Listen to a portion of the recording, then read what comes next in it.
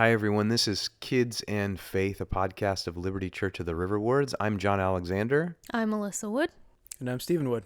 And we are here to give you encouragement, to give you instruction, and to fill you with shame, boatloads of shame, day after day, more of the same. Not really. We're here to fight shame, but we really do need to push one another. We're here to push you. We're here to challenge you and be challenged, because this parenting stuff, this aunt and uncling stuff, this grandparenting stuff, this neighboring kids in your life stuff is hard, and it's a high calling, and there's a lot at stake. And so we do want the Holy Spirit to bring conviction. If it starts to feel like shame, then we bring it back to the gospel. We remind ourselves that nobody's perfect, but that is no reason to give up on the hard work, but to trust God, put our hand back into the plow, to trust that there's forgiveness for all that's behind, and there's grace and strength for all that's ahead. So on that note, fighting the shame, but pushing forward in the power of the Spirit to talk about this really hard issue, not to church it up with all that language, but we need it. We actually need a lot of faith to talk about kids and technology. And this is episode 2 of Kids and Technology. The last episode was kind of a setup. Before we talk about rules, before we talk about policy, and I guess we got into a little of that stuff, we talked about context. What kind of people do we want to become? What kind of people do we want the kids in our lives to become? And how does that context, that just those hopes we have, how does that set to the table for the rules that we make? And of course, there's going to be rules. Of course, there's going to be policies that are either going to be explicit or implicit. But that's what we did last time, and we left the show on a cliffhanger. I want to make sure y'all correct me if I got this question wrong. I'm trying to remember it from last time. It was something like, what technologies in your life have you seen actually help you in the journey of your formation, becoming more Christ-like? Or maybe in people you've seen, your brothers, your sisters, your friends, kids in your lives that you've seen grow into adults. What positive role has technology played in who they've become and who they're becoming? I think some of the negative stuff's going to be more obvious, but it's worth. I just talked about a car. I don't know if that's cheating, because I think when we talk about technology, we're thinking more internet. We're thinking more talking to strangers while you're playing Call of Duty on your 7 screens in your living room or something. There's lots of kinds of technology, and I don't want to totally diss technology because it's amazing, and so much of it is an incredible gift. That was one of the. I thought of more. I want to hear what Stephen and Alyssa, what you have to say as well. That's travel was huge for me. Mm-hmm. It still is, in terms of who I've become, that I like about who I've become, and who I pray my kids become. And transportation has been massive for that. I've thought of more, but let me dish it off to you all. Any thoughts on positive ways technology has impacted you all? Yeah, if we broaden the definition to include transportation, that's a huge one for our family. I mean, we have family across the country, and we wouldn't be able to be located in Philadelphia without, and still be in communication and regularly visit family without technology, because we use FaceTime weekly to keep in touch with parents, grandparents, aunts, uncles, brothers, sisters, and in order for them to have a role in our kids' lives. They're FaceTiming all the time. It's kind of like the only thing that we can use, with the exception of getting on an airplane, which we do frequently. Our boys have been on a lot of plane rides. Michael's almost reached his 50th flight. That's something. So we use, and if we're talking about airplanes, once we're on the airplane, we use technology a significant amount. Michael has, he basically doesn't have any restrictions on how much TV he's allowed to watch if he's 30,000 feet up in the air. And it's really helped us have some calm, quiet toddlers on the airplanes. People often compliment how well behaved our kids on flights, and we are like, honestly, the iPad's kind of the reason why Yeah. he's being this. Yeah. Though part of the reason why it works is because we do try to restrict. We limited it And during all other times. when he's on the ground. Wait, hold on. Are you saying your son only likes to look at iPads on planes because he looks at it none of the rest of his life? That's the principle, yes, but not exactly. We can get more rules at the end, but our rule is that we try to only let them watch episodes of stuff on Fridays. So Friday is like the Hallowed day of the week for them. It's they can't wait. He asks every morning They what woke day up is this it. morning and asked if it was Friday. If it's Is it Friday, Friday? Which is to say, it's a good thing. It's a fine thing. We just have to constrain it, and then just that act of constraining, I think, has ended up when he does have it in front of him. He's just like he gets mad that the plane has landed. My goodness. Okay, so you all, I fear, are too young to remember this, but when you talked about is it Friday yet, and you're talking about technology, my mind just went back 30 years to the theme song for TGIF. Do you all know about TGIF? Not the restaurant. No. Thank God it's Friday. No. Okay. Network TV, all you 35 to 51-year-olds, whatever's, I'm just going to estimate, know what I'm talking about. Starts at 8 p.m. You go off strong. Started off with Family Matters. You ever heard of Urkel? Oh, Yes. Okay, well, Family Did Matters. I do that? Or, excuse me, I'm sorry. Started off with Full House. Ooh. Oh, I loved Not that Fuller show. House. posers. Exennials. The OG. Yeah. Full House. So good. OG Full House. Bob Saget. Candace Cameron. Then Family Matters. Then Step by Step. Do you remember Step by Step, Code Man? And then fourth, you know what? They could never find a steady one. They didn't know what to put in that 9:30 slot. But every kid was waiting. Yeah. Every kid was waiting for Friday night. That was me on Saturday mornings. And seriously, this is like a little. I'm identifying with your 3-year-old a little bit. Yeah. Like Friday night was like you almost didn't want to go out because it was TGIF. And honestly, I'm sorry. I'm a little bit. It really took me back listening to your 3-year-old wait for Friday night because you don't wait for anything anymore. Right. There is nothing to wait for. I remember like when Lost, the TV show. Yes. Also Released once ABC. a Apparently week. everything good is on ABC. It began to stream. And if I had the option, I think this was like 06, 07. I suddenly had the option. I remember I was in seminary actually. I could suddenly watch Lost on a Tuesday morning instead of staying up to whatever it was Wednesday night. And that was like the first for me. Like you had this option of like multiple. I got way ahead of where we're going to go today. But I mean, it's probably going to be a lot of that. How much stuff has changed? Oh, yeah. Yeah. Why it's changed, etc. Excuse me. Anyway, cut you off. Wait, iPads, can I chime airplanes. in real Yeah. quick? I think that's a really important thing that you're saying. Just because one of the reasons why we're having this conversation is because I think we assigned 2 different adjectives to technology in our last episode. I'm struggling to remember what the 2 were, but another adjective that I would use to describe at least smartphones and things with access to internet is they're very new, because the advent of both iPhones and iPads and like personal individual devices they're really, really new. Yeah. And so one of the reasons why we want to have this conversation and why we hope that it doesn't fill you with shame is because we're really like on the really early infancy years of seeing how this affects us.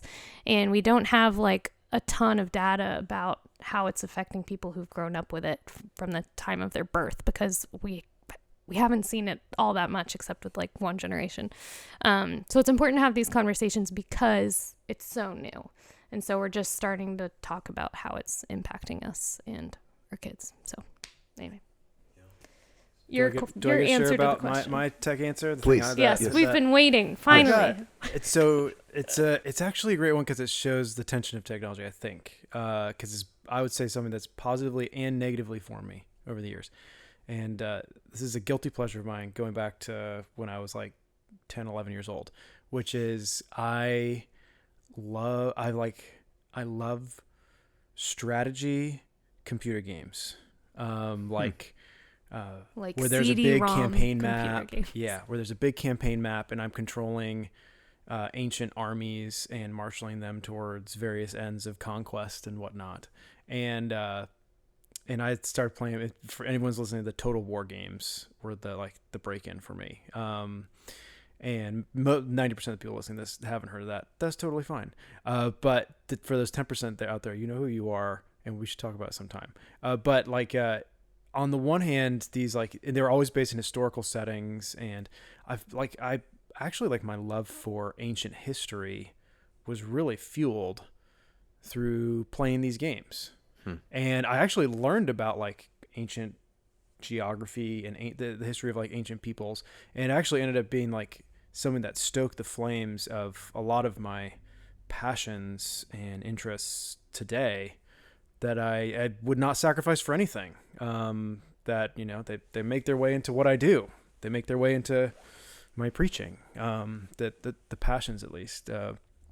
And on the other hand,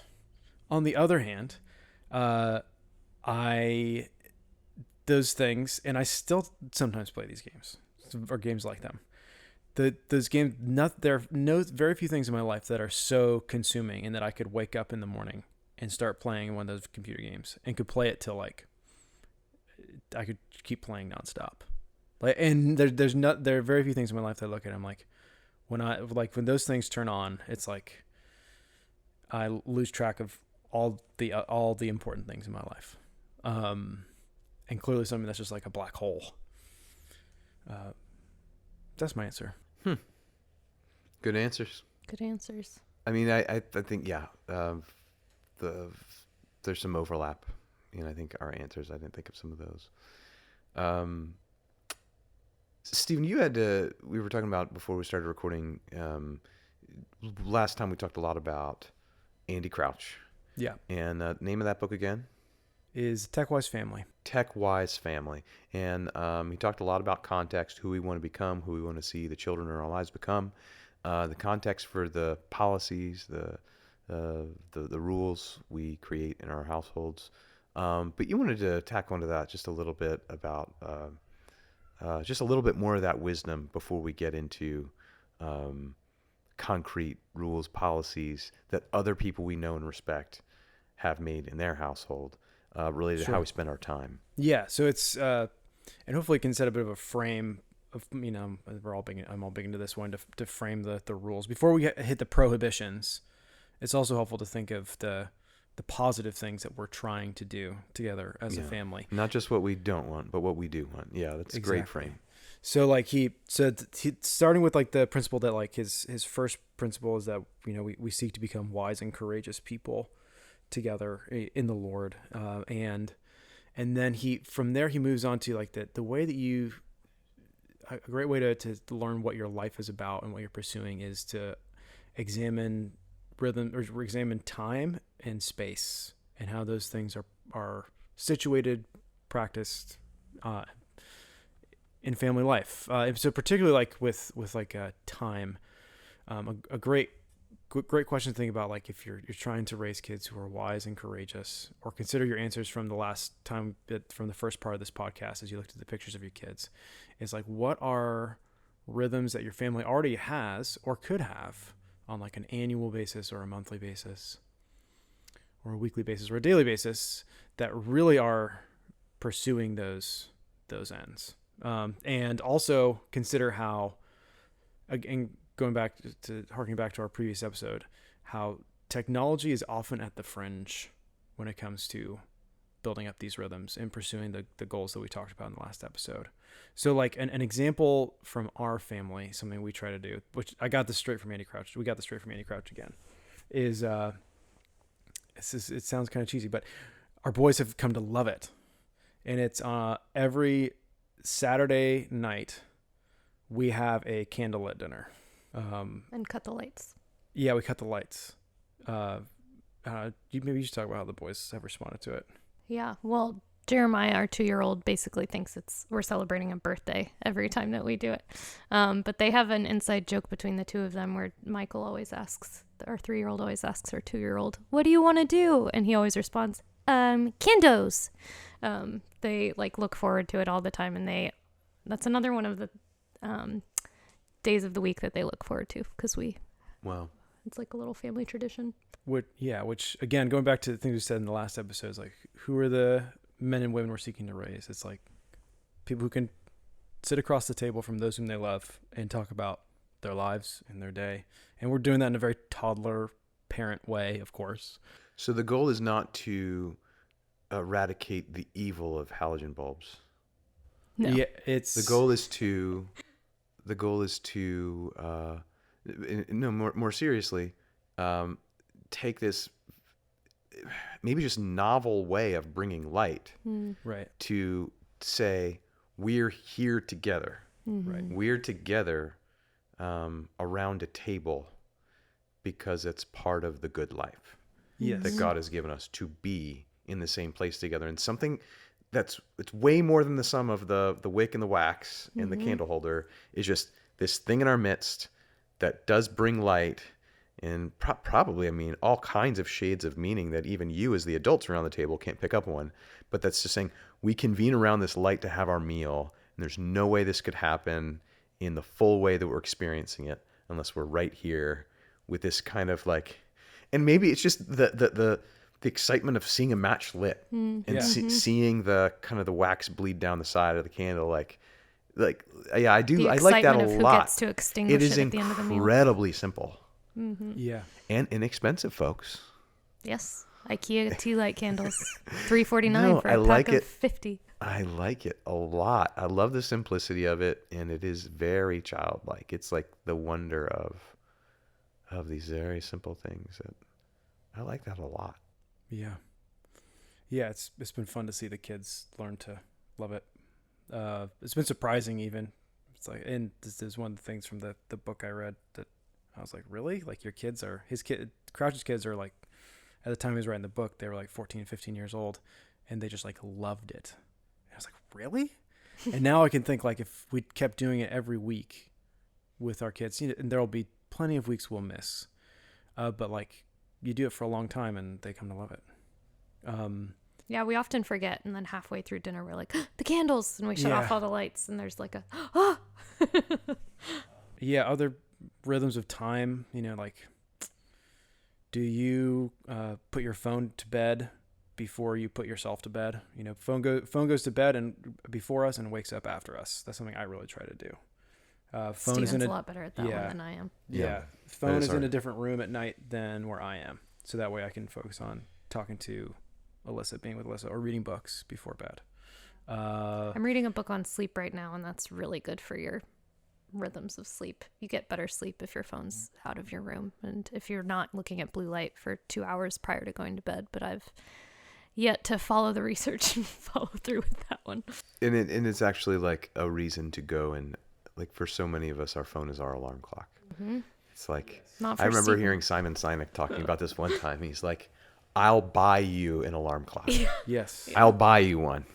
Just Steven get your keeps phone breaking. off of Steven your- keeps buying alarm clocks. And I'm like, I will have- not do it because they've broken 3 times. I've gone through this. I'm on my third. They do break, but they're $12 on Amazon, and it's like if we're willing to pay $1,000 for this like hyperspeed computer device in our pockets, like we There- can that is probably wise. afford a $12 phone. Yeah, that's one that I hope nobody feels shame as we're talking about this. Yeah. I'm not sorry about talking about this if you do feel shame.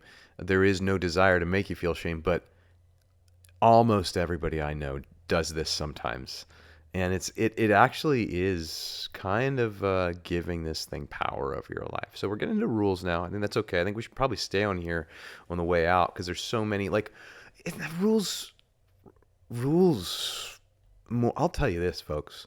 More and more in my life, and more as I learn about life and learn about my own life and meet my kids' friends and their families, and the rules of God, the wisdom of God, is really gracious.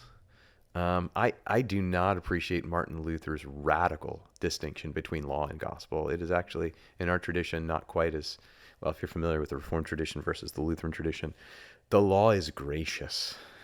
Like the rules are gracious. Like a way that is beautiful is a gift from above. And that's what the law of the Lord is. Now, these aren't chapter and verse scripture rules, but they are just ways that people have gone before us or are alongside us now have found some wisdom to enact the life that they feel called to in Christ.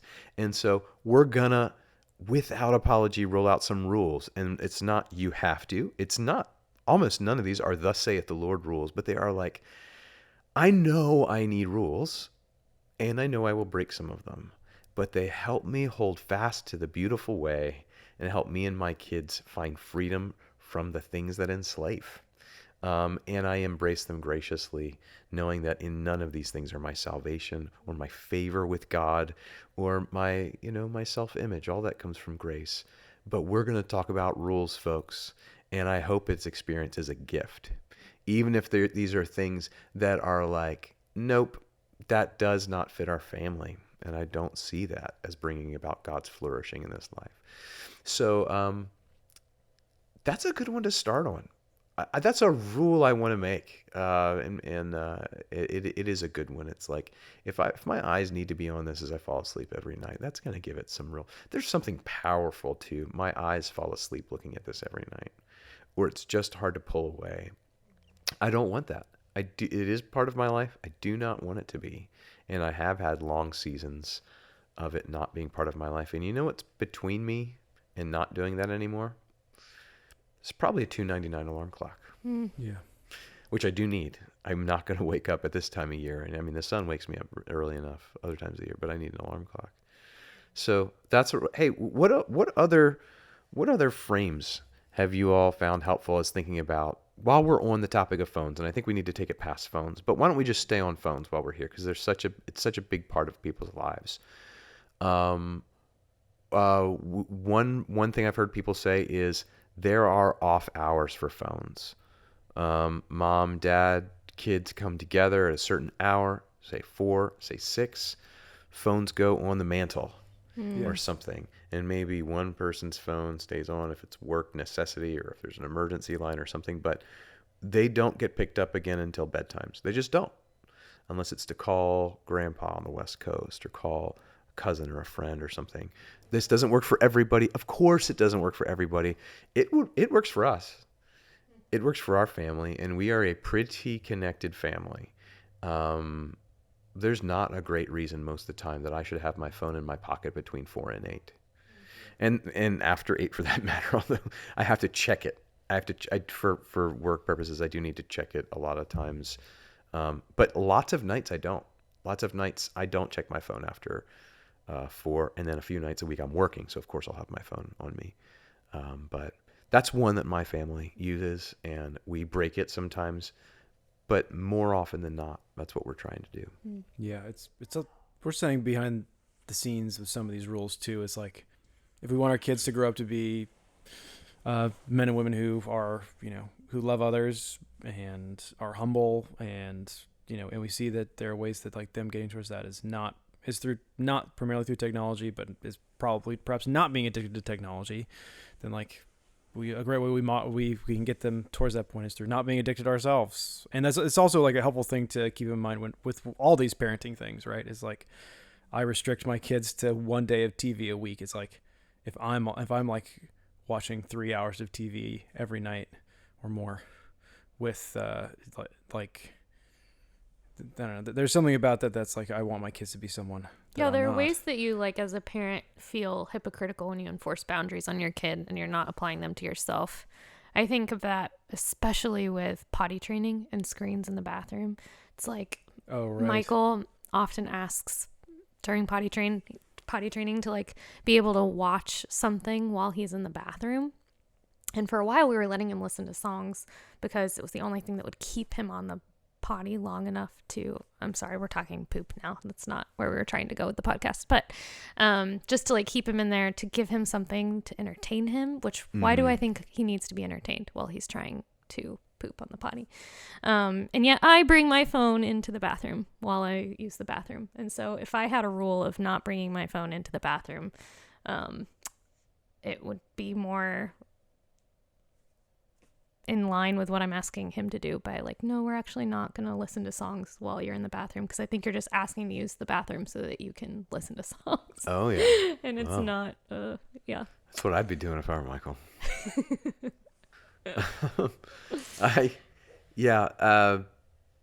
there's like on the note of screens, it's we have, oh my goodness, we've tried a lot. We have found we don't restrict it to 1 day a week at all, but we have during the school year, really just by trial and error, kept it to Friday, Saturday, Sunday, and days off.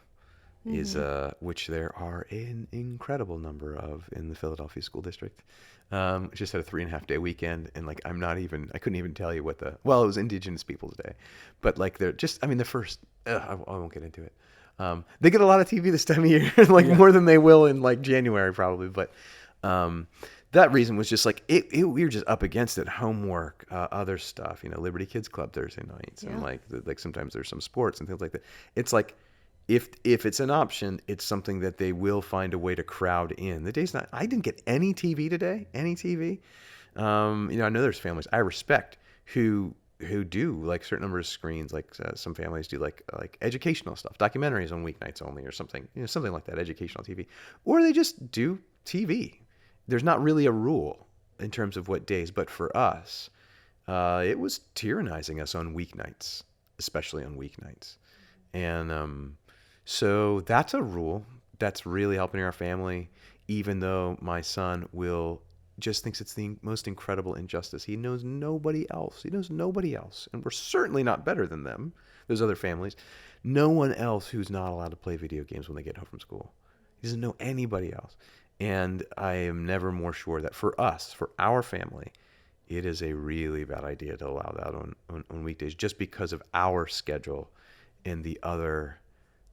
It almost feels like a war between the things that you want to do and love to do, like aspire to do and have to do. And man, those screens just creep in and take over. I didn't want to jump past phones though, because there's more to say there. But please, Alyssa, what did you have right there? I think the reason why we're even talking about rules is because so many screens are like the types of things that we're doing that are fun and amusing. They're built in such a way that they're designed to keep us engaged, and there aren't like, as you're reading a book, there's like, you come to the end of a chapter, or if you're reading a magazine, you come to the end and then like you're done, put it down, close it, put it away. You've reached a break point or a stop point.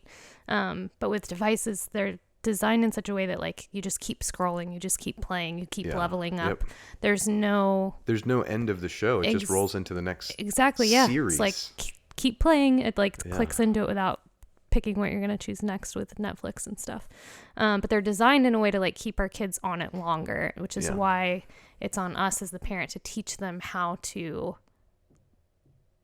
like self-limit, self-regulate, and like find ways to have like some sort of external cue that it's time to put it away. Like an alarm goes off in the room. Like I've been on it for 2 hours. Now it's time to shut it down. But they're just built in such a way to keep our attention for longer.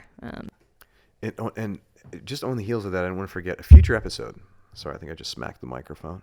Future episode, top 10 ways to spend the time with your kids that aren't screens. I just need ideas. This is saying from a place in need. Like there's a couple sports, a couple board games we love. By the way, I have kids with an insatiable desire to learn more board games that they like, and like a lot of them I try to like, nope, hate that one, like this. Like I feel like that could be a really great like the listener mail, podcast email. We would love to know, how are you spending the time if you really want a refuge from screens, because a lot of us feel tyrannized by them, as much as we sometimes like them as well. So, Alyssa, I would like to know some of your study related to this. One big question is, when do you get your kids a phone? Mm-hmm. One other place, just for people who are wondering, that I want to cover before we end today is, we're going to now go into, when do you get your kids a phone? What kind of boundary should there be there? And also, just the dynamic of stuff is out there. As your kids get older, you can't monitor them all the time. And so how to talk to your kids about stuff that they can access when you're not there. Because unless you want to keep your kid in a cave until they're 18, they're going to have their eyes on screens that you don't know about, that other kids they know have just in every pocket.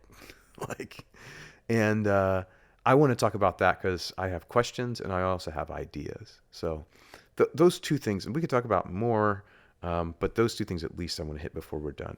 Would you talk to us a little bit about some wisdom related to when to get a kid a phone and the wisdom that's out there with experts and then just people who are trying to do the right thing? So I think,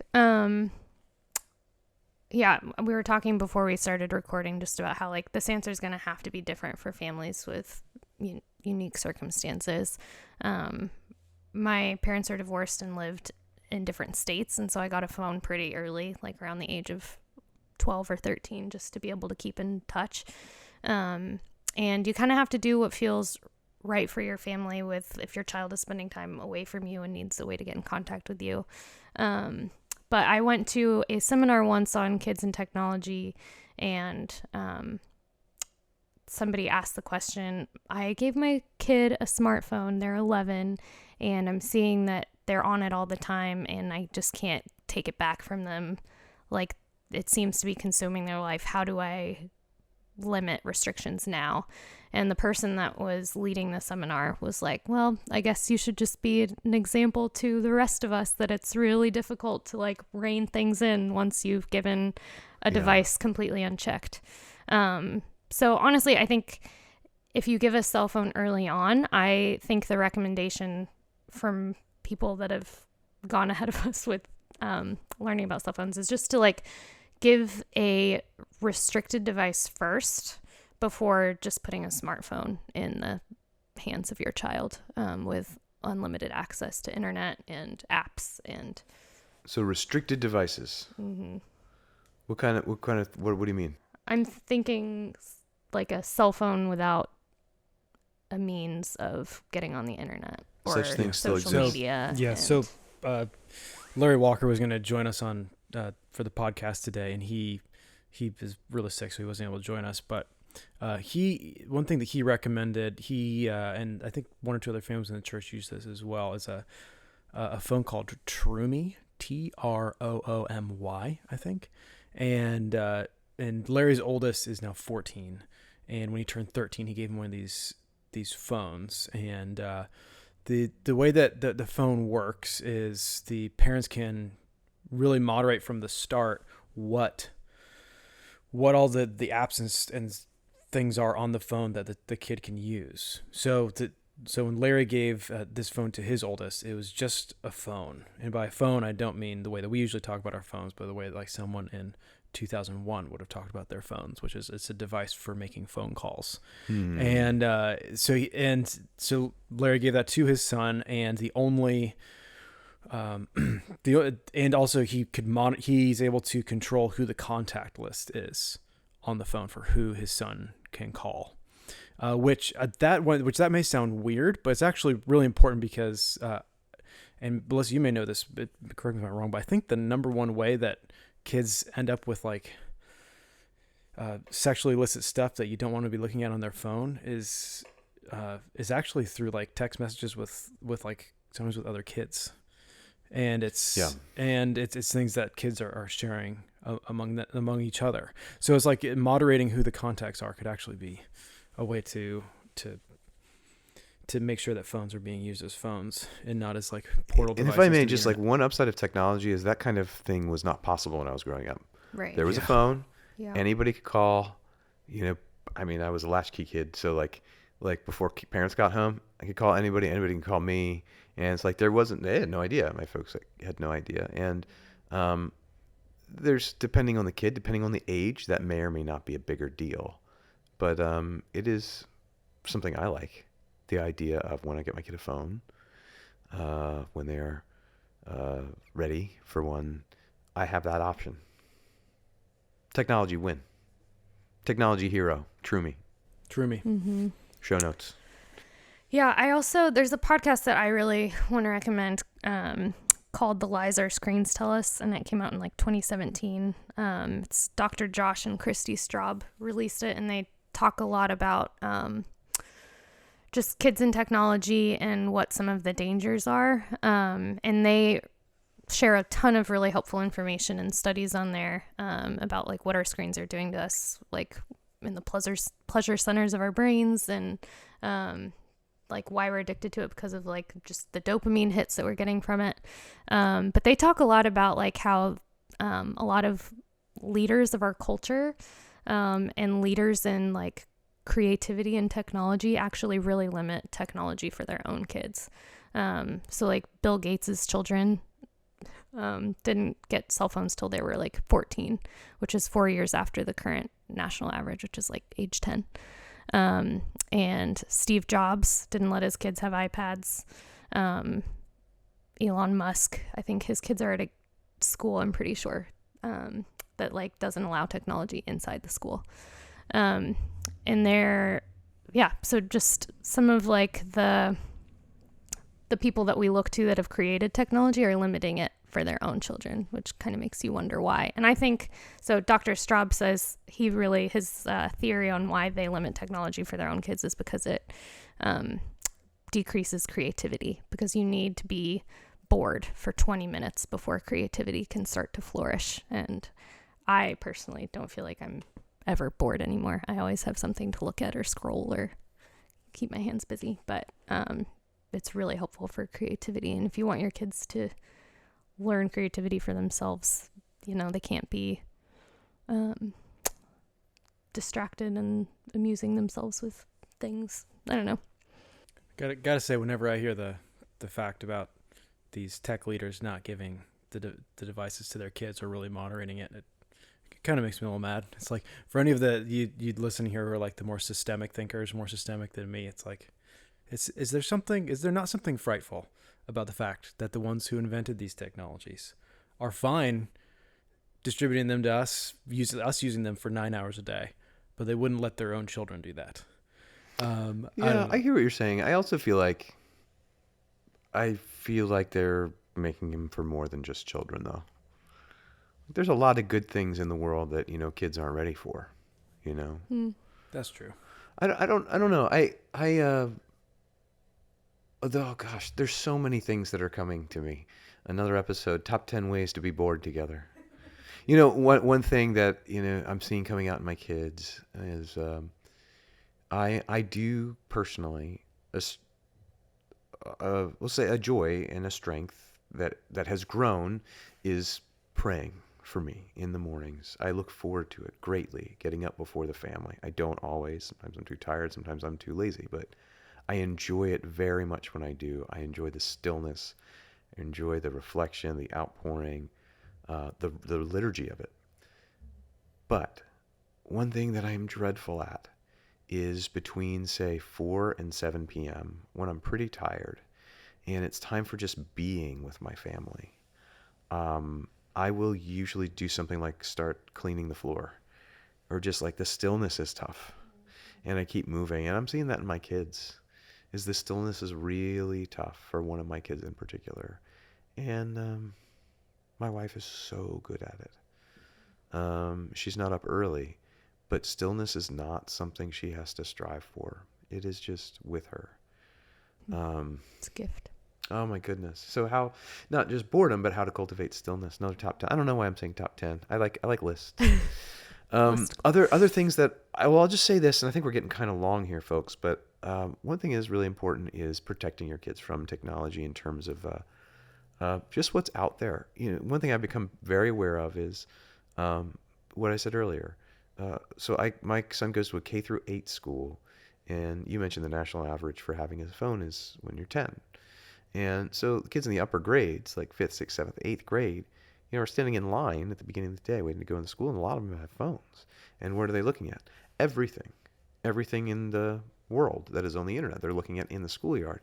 And I've come to, so you can do one of a few things. You can say, I will never allow my kid in that kind of environment. And for all I know, that is something that's a good choice for some families.